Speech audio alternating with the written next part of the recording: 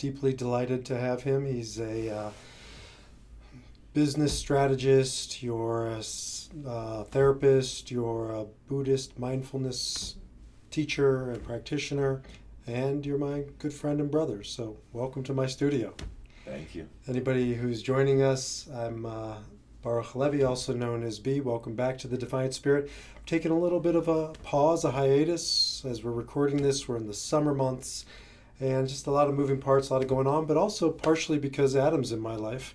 Adam has come into mine and Ariella's life to not only be our friend, but to work with us, and really wanted to spend this summer getting clear on communication. So I thought, what a better way to start than to have a conversation with you, Adam, on what is communication? Well, first, thank you for having me. It's a pleasure to sit down with a brother and be able to chop it up a little bit. It's a big question. What I look at first, what are the components of communication? And there's this professor in the 60s, I forget his name, UCLA, did a lot of research on how we communicate and broke it down into 3 components. Any idea what they are? How we communicate? How we communicate, the 3 components, I don't know, I'm just waiting with bated breath. So the first is physiology, nonverbal communication. Mm-hmm. Second is our tone, speech prosody is a part of that. And then finally our words, right? Those are the 3 ways that we communicate. So if that's 100% of communication, Mm-hmm. what do you think the breakdown in percentage is? Well, I think it's counterintuitive. It's, forgot Toni Morrison said people don't remember what you say, but how you made them feel. So I imagine it's body language is probably a top factor in there. Forgot his name. He formed the foundation of chapter in Blink by Malcolm Gladwell, studied married couples, could erase the sounds, could erase everything and just get a 30-second snippet of how they interacted and predict whether they're going to stay married or get divorced. So it's interesting you bring up Blink. I'll come back to that in a second. This professor, I forget his name, in the 60s, he, for years, kind of took a look at this. 55% of communication is physiology, is nonverbal. Our facial expressions, our posture, our body language. So it's 55%. 38% is tone. So you have the final 7% being words. So in a text message, we're missing 93% of what communication is. Now, same thing in Blink that I always thought was interesting. I ask people sometimes, clients and in groups, how long does it take to make a first impression? Any thoughts? Somewhere south of 30 seconds, a few seconds.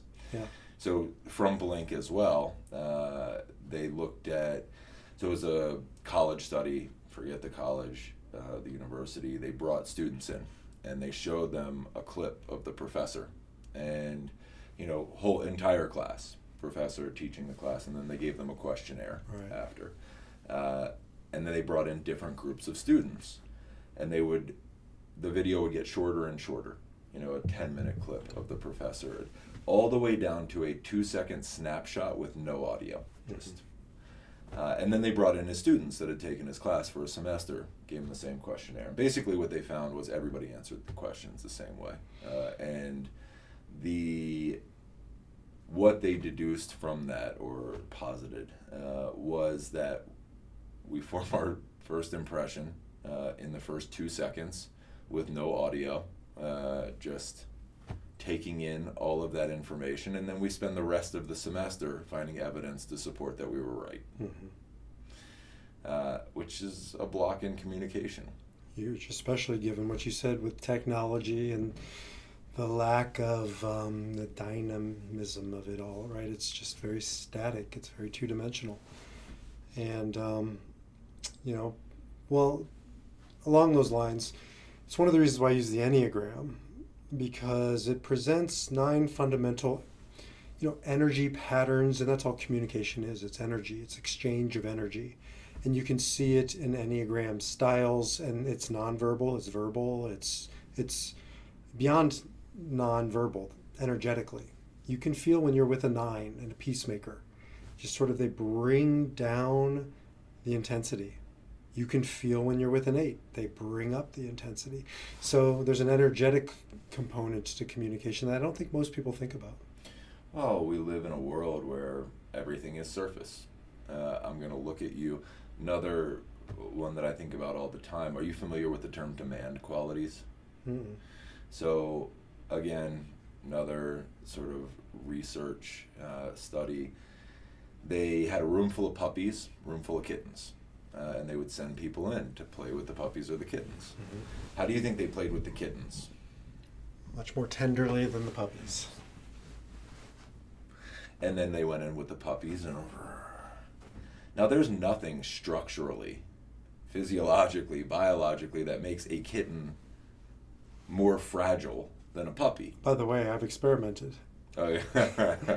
I'm an 8, I'm a roughhouser, and my cats think they're dogs. Yeah, so we can condition that for sure, the response. But how we interact is largely like what we see. Yeah. And that's why Enneagram is always interesting to me, because people present a certain way, and we treat them a certain way because of it. I'm guilty of this. I don't know about you. I try not to, and I do a lot of work around it. But when I'm working with a client, whether it's a business client or a clinical client, I'm still human. For sure. I see how they dress, I see how they look, and to think that I am not influenced in that interaction by it is just naive. That's why I call my system Defy Your Number. Because the Enneagram type or your personality, we might call it extroversion, introversion, it's not who you are. It's how you've learned how to survive. These are survival tactics. They've worked. You're still alive. You're above ground. It's a scary world. The moment you came out of your mother's womb, you were kicking and screaming to get your needs met. And so we just develop and formulate these survival tactics, and then we start telling ourselves it's who we are. And you know how many people I've worked with who tell themselves they're introverts, right? Or extroverts, as if that's a thing. That's a way to move through the world that has worked for you, or it hasn't worked for you. But it's not who you are. And so we can defy these numbers and these masks and these ways to survive. I think for me, the first part of that and the first part of communication in general is listening. Mm-hmm. And there's this, there's this turn of phrase in Buddhism: learn to hear with your eyes and see with your ears, right? And number one, listen to self and see where those stories and those identities and those maladaptive defense patterns were formed, because they're painting every interaction that you have without you even knowing it. Just background, pulling the strings. And then in conversation with others, to listen. And I think people don't start there. They start with words. And even when someone is listening, and I'm curious your experience with this and working with clients, in your relationship with your kids. I'll ask you the question. In what percentage of your conversations do you feel truly listened to? And I don't mean someone's being quiet, right? That two people fall away and there's this shared connection and a level of intimacy where they are not thinking about the next thing they want to say, but truly trying to understand who you are and present with you, two hearts. What percentage of your conversations would you say fall into that category? This is where my work comes in, because as an Enneagram 8 challenger, my default is to overwhelm, right? It's a strategy. I didn't know it was a strategy until I discovered it was a strategy. And that is, I'll just keep, my preferred method is the hammer, even sometimes when it takes a screwdriver. And I just keep hammering away. And for a long time, I didn't notice people weren't listening. People weren't listening. Dangerous combination if you were a rabbi. By the way, it's this, and it's this, and it's this, and they love me. Look at them. They're not listening. They're just overwhelmed by me. So it's taken me a long time to start to really pay attention to that. It doesn't come naturally for me like it would some other types. And what I've come to realize is they're not fucking listening, right? They're listening when I'm listening to the energetic exchange, right? So here's something totally interesting. Changed my relationship with my kids, but also clients, friends. When I started to realize not everybody has the same processing speed up here. Enneagram 7s, the enthusiasts, are fast processors. And if you don't keep feeding them information, they lose you. Enneagram 5s, and you think like a 5, is a slower processor. Doesn't mean anything other than it digesting more slowly, more methodically. And what I realized is I was talking over 7 thinkers. You don't have to be a 7. You think like a 7. And I was talking over 5 thinkers because I'm built as a 7, like boom, boom, boom, boom, boom. And the 5s weren't listening. And then what I started to do was I started to pause, started to take a deep breath, started to hold the silence, which doesn't come naturally for me. It comes naturally for you. And then I started realizing people are listening to me. My kids are listening to me. I'm dialing it down so it's not all spilling out all over the place. And as I've learned how to do this work over the past, 5-10 years, that long answer to your question, the listening factor has gone up and relationships are better because of it. It's funny you say I do that naturally, because I don't do that naturally. I created a bunch of defense systems, and I needed the validation of the illusion of others listening and being impressed or admired by me. Use big words and beautiful metaphors and alliteration, and I never just shut up. And I had to train myself to do that. Clients in groups oftentimes, poke fun at me because many times during like an hour and a half group, I'll just go, and they think it's for dramatic effect. It's not. It's to create space for people to step into. It's for me to put down that mind and tap something a little deeper than mine, because my go-to is to try to string together some pretty words. And I think to me that's the baseline of communication, is to seek to understand before being understood. I've got Buddhist frameworks on it, which I'll talk about in a minute, but I remember I thought I was a great leader when I first was put into leadership positions. I've got the title now, and I have authority, and I have brilliant ideas, the most brilliant. I'm also the humblest person but brilliant ideas. And so I would go in, I ran a sales team as part of one of my teams at this vitamin supplement company. And I wanted to do things that I knew were going to have impact. I had looked at the data, quantitative, qualitative. I knew the strategy. And so I would present this strategy to the sales team. And everybody would shake their head, and I'd say, any questions? Should we do anything different? And I thought that was leadership, right? I asked them their opinion after I just directed them to do a bunch of things. But I'm a great leader because I asked them and I listened. And they, part of the sales team took inbound calls. So we did outbound marketing to drive calls to place orders. And so I wanted to change up the greeting and a couple little nuanced things. And so then I didn't really see any movement in the data. Like, we weren't getting higher average tickets or anything like that. So I started listening to calls, get some qualitative data to balance out the quantitative. And no one was doing any of the things. And so I went back to him and I was like, what's up? Like, what's going on? And just crickets. And then I had to I went and I got some leadership training, and I changed the conversation. So I had a very similar example. It was a different company, natural products company, and I tried a different approach this time. So I knew that I wanted to make some changes. When someone called, answer the phone like everybody else. Every place you call. Thank you for calling Nature City. This is Adam. Can I help you? Well, number one, I had identified that those that were calling in, they weren't remembering the salesperson's name, and we wanted to build a relationship. This wasn't a one-off. We wanted to deliver on our value promises and create a lifelong relationship. So they weren't remembering names that affected relationships. They were in talking mode when they called in. They were calling to place an order. So anything that we said, really. And we weren't having dialogue conversations.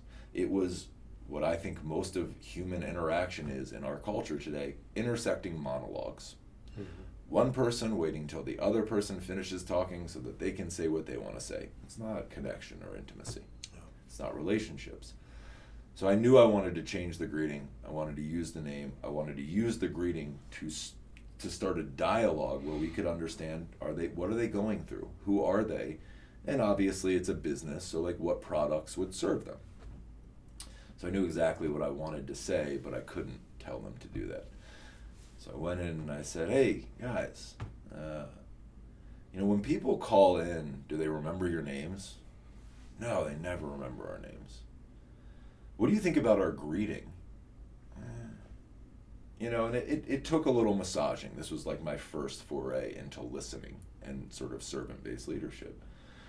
But it took a little while. We eventually got there, and someone was like, it sounds like what every place you ever called says. I was like, well, what are we trying to do here? And we had already kind of established a vision and a mission and a culture that we were trying to help people live better, healthier, more active lives.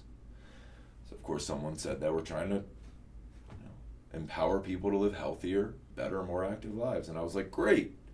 You think we should weave that in? Like the greeting? And then someone finally said what I was hoping: thank you for calling Nature City. How can I make your life better today?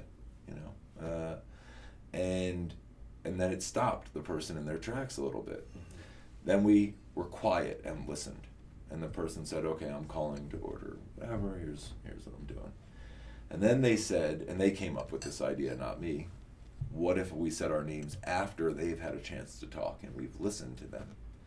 And say something like, can absolutely help you with that. My name's Adam. And that changed the conversation. That's cool. Entirely. Just that little bit of asking a question and then really listening. One of the biggest challenges I see, I don't do much couples counseling anymore, but certainly working with individuals who have to go back to a couple, to their partner, it wasn't John Gottman. Who did Love Languages? Oh, I forget the name. He was a pastor. Anyways, we give gifts that we want, not that the other person wants. And that's where the Enneagram for me comes in. It gives me, out on the fly, a roadmap of what gift do they want? What would they perceive as communication? Not what do I perceive as communication. It can, seem like manipulation, but it's really not. It's a kindness. It's also effective. Like if the goal is to impart something to you, then I have to be as strategic as possible. So for instance, I work with a guy who owns a financial company, and he makes financial presentations to his clients, and he was giving the same shtick to all of them. And what he found was if he took the Enneagram 7s, the enthusiasts, the fun ones, out to dinner and didn't give them any data, they would walk away saying this was the best conversation we've ever had about our finances. He may not have even talked finances. He would give the Enneagram 5s, the investigator, the data and not take them out to dinner. They would say, this was the best financial conversation we've ever had. And he's starting to use this as a roadmap of giving them the gift that they perceive as communication. And to me, that's where we're getting at with both of our, takes on this is, can we start seeing people, right? Not how I want to be seen, how they need to be seen. And that to me is the essence of communication. It's intimacy. You might not say it in that call that it's intimacy, but there's an intimacy there. There's a human connection that otherwise it's just two intersecting monologues. A few things come up for me there. I fail all the time. I'm human and I'm conditioned in our culture in a bunch of ways and don't always show up this way. But how I try to show up is approach a conversation or communication as, okay, let me take your eyes and look at the world through your eyes for a minute and really seek to understand. And I used to do that strategically and manipulatively. Let me take a look at the world through your eyes so I can identify the hole in your theory and blow it up to move you towards where I want to move you. But the skill of, here's my eyes, take a look, let's be in this together. I think it's a valuable one if used the right way, because you're right. We walk around so self-consumed, up here all day long, and what I want is the most important thing, and my view. We live in this world, to me, where most of our culture walks around with their ideas or beliefs masquerading as truth. Mm-hmm. It's not. It's perspective. And we're human, though, and we have resentments. And you familiar with entrenchment theory? So entrenchment theory is an interesting one. There's a political theory, but based in psychology. So when someone has a belief system that is clearly false, and they are presented with evidence that this belief system, this view, this way of thinking is wrong, you would think someone would be like, oh, here's facts to show that the way that I'm looking at things are wrong. I'm going to adjust, but that's not what humans do. They entrench deeper, yes, which is, it's... That's why I don't argue with people over religion, right? It's absolutely, not only is it a waste of time, it's divisive. As opposed to, hey, I'd like to understand more about your religion. I'm a Jew who grew up in Nebraska. I had many of opportunities. Some of my best friends are evangelical. And once I got curious, I was learning, I was growing. It's not my way, it's their way. But now there's not this adversarial thing that was happening, right? And I think that we need to get, especially as we're recording this, we're heading into serious political season. It's entrenchment, 50% entrenchment. Right? How do we break through this? How do we start communicating? How do we get to intimacy with people we don't have to agree with? We can agree to disagree and still have intimacy, still have human, pure connection, but only if we're not in survival mode, only if we're not in fear. Again, you described the shadow side or the fear side of an Enneagram 3, the achiever. The achiever will try and sort of sell you, manipulate, find these tactics to bring you to his side. That's how you rolled through the world when you were in unconscious or in reaction. You learned how to defy that so that you could truly connect. I roll through the world as an 8. I don't try and manipulate. I try and pound you over the head. And I've had to sort of learn how to navigate away from that. But I think it comes down to fear, right? And we can't do this work if we're in fear. Well, and I think that fear prevents a depth of experience that is desperately needed in the world. So my approach, that shadow side of a 3, and I'm going to use this strategically to get what I want. It took me, I operated that way for most of my life. I would say till my early 30s, and then I did a lot of work and saw some things, and I had never actually experienced what I see now as true connection. So I say this sometimes to people in groups, and not so much business, but in groups and Buddhist things. The most powerful conversations that I've ever had in my entire life had no words. No. It was 2 people sitting like this in a shared experience or emotion, feeling totally seen and heard, something in body, not mind, where 2 people fall away and all there is this thing and no words. Words would miss the mark.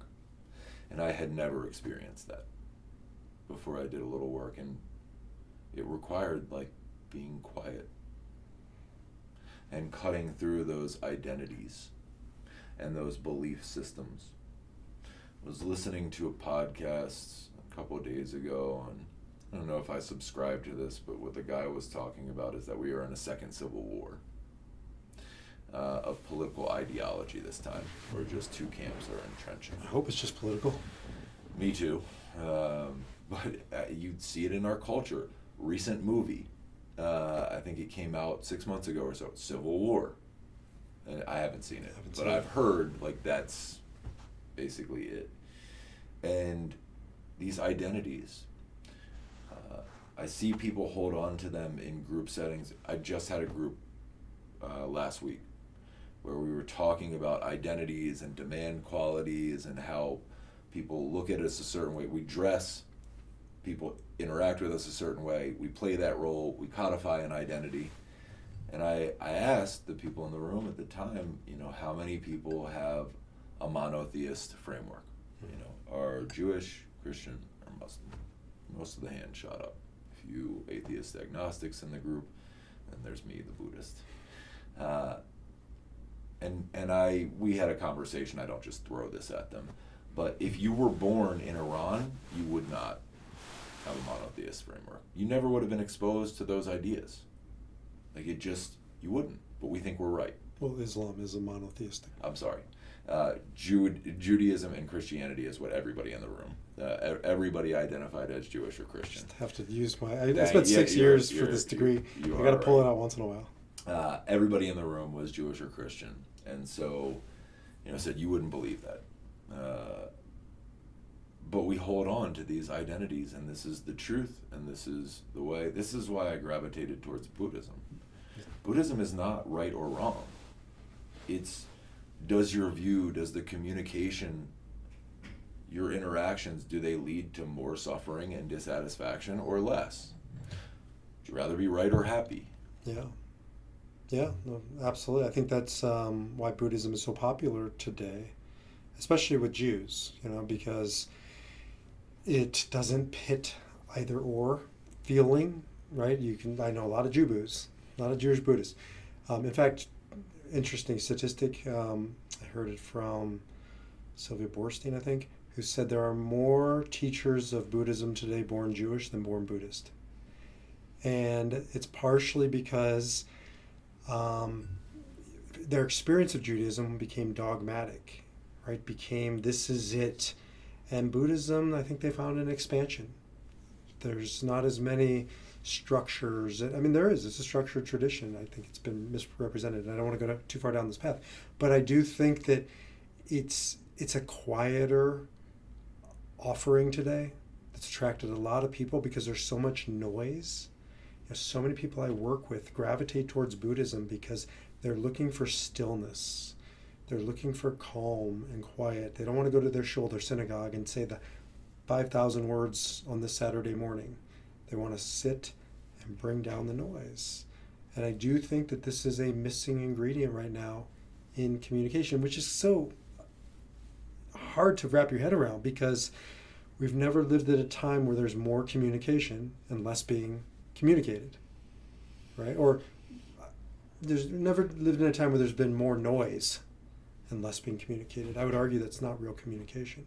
So I see the attraction to Buddhism. I see why so many people I know have gravitated towards it. And I also see why we need more of this sort of framework in our life. Well, I think people miss a bunch of the components. I think of Buddhism as meditation, mindfulness, and people miss the boat on what mindfulness is, but I'm not going to go down that rabbit hole now. We'll circle back for sure. Different podcast. There's a very tactical roadmap in Buddhism, and as it relates to communication. And most of the teachings in Buddhism are interdependent, right? They both build and rely on each other. They don't stand alone in a vacuum. And one of those teachings that I think is necessary to there's a difference between understanding up here and realization, the embodiment of it, but anatta, which means no self. Thich Nhat Hanh explains it as we all view ourselves as waves on the ocean, beginning, a middle, an end. But in looking at ourselves that way, we fail to experience the truth, which is that we are all water. And when I listen long enough and seek to understand someone, because there is a teaching in the Eightfold Path, which is a foundational Buddhist teaching called right speech. How do we have interactions? How do we use language? How do we communicate? And the baseline of that teaching is not speech at all. It's deep listening. Mm-hmm. And the more that I listen and seek to understand, and sometimes, people have eons of soil over top, and they've built up these defense systems, mm-hmm. but if I can dig long enough, I always hit that water that we are all a part of. And so the deep listening is the first part. But then there's, we have to communicate with each other as humans in some way, whether it's physiology, tone, words. And so there's this discourse that the Buddha was said to have given, I think, to Prince Avaya. I could be pronouncing it wrong. And he had some very clear guidelines on what to say, how to say it. He said, is it true? Or was said to have said. Is it true? Okay, well, I have to look at truth. Is this my truth? Is this my belief masquerading as truth? Mm-hmm. So is it true? Is it useful? If I say it, can it be applied? Is it beneficial? If applied, will it benefit this other human being that I'm interacting with? Or am I just using words? If it's all of those things, is it kind? Mm-hmm. Am I going to say it with kindness? This is an important one people miss quite a bit. You talked about it earlier. Is the person able to hear what I'm trying to communicate right now? That's a big one. Huge one. And then if it's all five of those things, is this the right moment, and am I the right person to say it? And with that as they speak a lot less. With that as a roadmap, we probably go social media. Shut up more. Yeah, there's a halakha Jewish law that says you're not allowed to tell somebody something they're not able to hear. It's the same thing, and a lot of the similar principles. There's two primary words in the Hebrew Bible for speech, and one is vayidaber and one is vayomer. And it's interesting because whenever God speaks to human beings, it's always vayomer. It's communicates. It's not words, right? Moses hears God in the bush, the burning bush. It's not, people say God spoke to Moses. God communicated to Moses. Could have been nonverbal. Could have been a feeling that you started, you said the most profound moments you've had have been nonverbal moments. And so we've lost so much nuance in communication that it's just noise. And I think what we're doing in this conversation, what we're encouraging our listeners to do is to really take a step back from the noise and start to discern what is communication and what is speech. And they're not the same thing. I can talk without communicating. Oftentimes I do. Right? Coming full circle to my kids. I know when I'm talking and I know when I'm communicating because I can see them receiving it. Mm-hmm. That's just it. That's the litmus test. When the person is receiving it, and that's hard to describe, but when you see it, then that's communication, whatever form it takes. Well, and I think people shy away from talking about God or something bigger, and I'm glad you brought it up because that's another form of communication. And we think of communication, I think most people, when you talk about communication, certainly if you do a Google search, it's how to communicate in business and how to get a major in communications. Exactly. Right? And what is that? What is the major in communications? You're a press secretary or you're in PR. It's not. It's words. It's not communication. But just like, are you familiar with the 4 types of love? The Greek idea, agape, philia. Yeah. And that agape one is like, if you felt that, and whatever your framework is, God, Jesus, the universe, bodhicitta, whatever it is that speaks beyond words. I forget the rabbi's name, UK rabbi. Sachs. Yes. says spirituality is hearing the music that underlies all the noise. And again, it goes back to what do you need to do that? What do you need to do to have that experience? Shh. So one of the forms of love, the only one you didn't mention, is eros. Yes, yes. Right? And it's interesting in the Jewish tradition, the word abracadabra comes from Aramaic, and it means avra, I will create, kadabra, as I speak. So as I speak, I will create. And so communication is it says in the Hebrew Bible, God created through speaking by, on the first day, on the second day, and so forth. It's a creative capacity, but it's also, so it's the highest of the highs, but it's also the lowest of the lows. And they use sexuality as sort of the continuum, because rape is an absolute desecration of communication. It's the absence of communication. You're taking what's not yours. Making love, intimacy, and marriage in their context is the highest of the highs. That's where you meet the divine, because that act is pure communication. It's creation of a child, whatever. The point, though, is we don't think of that as communication. We think of it as sex, right? But it's the same thing down here as the anti-communication. The same thing up here is pure communication.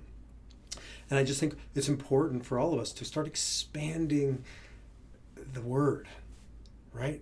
Sexuality is communication, and friendship is communication, and nonverbal communication, and silence is communication, as opposed to I'm communicating. Well, I think that's largely our culture, about the last 500 years, the dawn of empirical thought, but certainly capitalism in the last 100. Our entire experience is up here. Cognitive, rational, deductive thought. I think, therefore I am. Right. We don't listen to this. We don't listen to intuition, emotion, nature, the energy between two people. It becomes this esoteric, metaphysical conversation that we can't have when everybody has experienced it. Mm-hmm. Right? You ever been to a place or around a group of people that made you feel a particular way? Something came up. Ever got that feeling in the pit of your stomach? Of course, we all have. We pay no attention to it. None. Mm-hmm. Because that's not communication, right? Communication is deductive thought and words. Mm-hmm. No. I speak, therefore I am. That's the culture we live in now. And that way of moving through the world, I sent you earlier, just on a totally unrelated note, Andrew Newberg is a researcher, PhD. His big thing is how language changes brain chemistry. The one that I sent you was on neurotheology, so how relationship with faith and spirituality change brain chemistry. And these aren't abstract ideas. Say it again, Abracadabra. Right, and what's the Avracadabra. And the meaning? I will create as I speak. I will create as I speak. So this is, you're talking about Aramaic, thousands of years old. But we need this neurochemistry component to understand that our language, and as we speak, it's having an impact on epigenetics and gene expression and changing telomeres at the end of chromosomes, and it changes neural pathways and synaptic firing. We need that to say, oh, thousands of years ago they were right. But also, we don't even need Andrew Newberg, because all I remember is, the shame on the playground being called the nastiest of names, or how many people at council whose fathers yelled, you're a fucking idiot, right? And how many of them grow up to say, I'm such an idiot? 50, 60 years ago, and it's fresh and it's raw. And so, avracadabra, well, I create as I speak. I destroy as I speak. Right? The stupidest saying ever, right? Sticks and stones will break my bones, but words will never hurt me. Fucking ridiculous. Sticks and stones only break bones, and they heal. And then 50 years later, you're still destroyed by words, mm-hmm. or you're built up by words. And just reinforcing that. And there is, it's not just a view component. Right? It's a neural pathway. Like we reinforce this, and it becomes so difficult to break out of. But you said something that I want to go back to, because I think we skipped it, and it is so important. You talked about sex, and I pictured, as you said it, dance, right, as a form of communication, and our bodies and how they communicate. And it makes perfect sense, right? 55% of communication is nonverbal, is physiology. Yet we rely on the words, and then we use these mediums. Text messages, like I said earlier, missing 93% of what communication is. And if anybody has, so the 55 and 38%, the tone, anybody that wonders if tone really has that effect, go up to your dog and say, you're such a bad boy, you're an asshole, I hate you. Oh, and you pet them. Like, they don't. But then we've got social media and comments. Again, words, not communication, not connection. A perfect example of intersecting monologues, right? And we stay disconnected, not in space with each other, and tone is lost, and physiology is lost, and energy is lost, and all that is left is words. And it puts us all on our own islands, but we don't realize that there's this wall around it. And it's not just that. I was thinking about the sex piece, like that OnlyFans culture and hypersexuality. And sometimes I've worked with younger people, and to see how culture is different. And sex is just sex, and that's all it is. And we're still biologically tribal. Like, we need intimacy and connection. And there's data to support this. These aren't abstract ideas. I think living sort of a pseudo-aesthetic life where you don't have many people around you is the equivalent to like smoking 22 cigarettes a day in terms of mortality rate and diseases. It's so destructive too. Porn I see with guys, younger, but all guys. It's not a moral issue for me. It's you're taking the potential most creative capacity, abracadabra, and you're reducing it to a physiological release, right? And then you become addicted to that physiological, biological chemistry thing, as opposed to using it for what it could be. And so that I just see wasting such an opportunity, such a gift. So I think we have to, start having these conversations in these topics, in these areas, from a different angle that most people wouldn't have. You have a conversation about porn, and it's usually not about. My son and I had this when he was 13. I said, he's probably thrilled that I'm talking about this. I said, you're going to start masturbating. It's the way of the world. Your father did. Your grandfather did. His grandfather did. If you don't, you're the first man probably since the original Adam. I said, so it's absolutely no different than urinating. Like, let's just take away all the shame, all the stigma that I didn't get, and every guy I know. But let's also try and elevate it. Like, let's really remember that it's calling you towards connection with, in his case, a woman someday. And let's get ready for that, and let's really respect it. And then when that day, and we just had a deep conversation about this thing that could have just been a physiological function as a creative intimacy vehicle. I'm sure he did what other boys do, but he also, circled back with me years later and said, I really thought about that and tried to build this as a form of communication in a healthier way. I don't know any guys who have that conversation. And I love that conversation, and certainly don't expect 13-year-old to be masturbating, seeking deep intimacy and connection, but the seed gets planted, right? Like you said, he came so back. To speak, yeah. See what I did there? The point is, but we don't have those conversations. No. And look, sex for me was not about communication. Well, it was, but there was one way. It wasn't about intimate connection. It was, please communicate to me that I am enough. And let me communicate to you how good I am. Exactly. And if I don't, then I'm not enough. Right. And that's how I spent most of my life. I didn't do relationships. because I was insecure. And that's the desecration of it, because you just go wide, you don't go deep. And then you just keep changing partners. And then you're losing the ability, the capacity for what this thing could be and should be. And what deep human connect. I didn't know and didn't care. Right? As long as my need got served, and I didn't, it's whole Plato's allegory of the cave.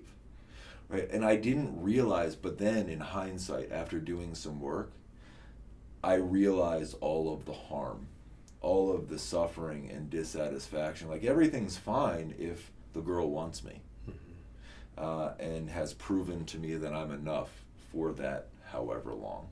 And then it's not enough. And I need to go to the next one. And then, God forbid, I get rejected or finish first, and then I'm not the best. That would destroy me. Destroy me. And all the while, this is the wall around my island that prevents me from, experiencing the real depth of this human connection and the potential for it. And I just think, I wish I had known it earlier, had to go through what I had to go through, but I link back so many of the issues that we have today to a lack of real connection, a lack of communication, and to me, real communication and connection is, like you said earlier, intimate. Yeah, communication is just, it's amazing to me. It's one of those things where you're just dropped off on a rock in outer space, right? Figure shit out, kid. Like, figure the hardest things out. Nobody talked to me about true communication. My dad didn't talk to me about true sexuality and how to, what I like to think I gave to my boys, a different way of thinking about sex as a form of communication, or the absence of communication, without roadmaps, right? And now that's why I'm so excited by the Enneagram for me, because it's given me a tangible, tactile map to put into people's hands. I've taught Judaism, I've taught religion, I've taught spirituality. They're great, but I never felt like I had this sort of how-to manual out in the trenches. Pull it out, see what this says. Okay, they're an Enneagram 7. Here's the fundamentals of how I can communicate.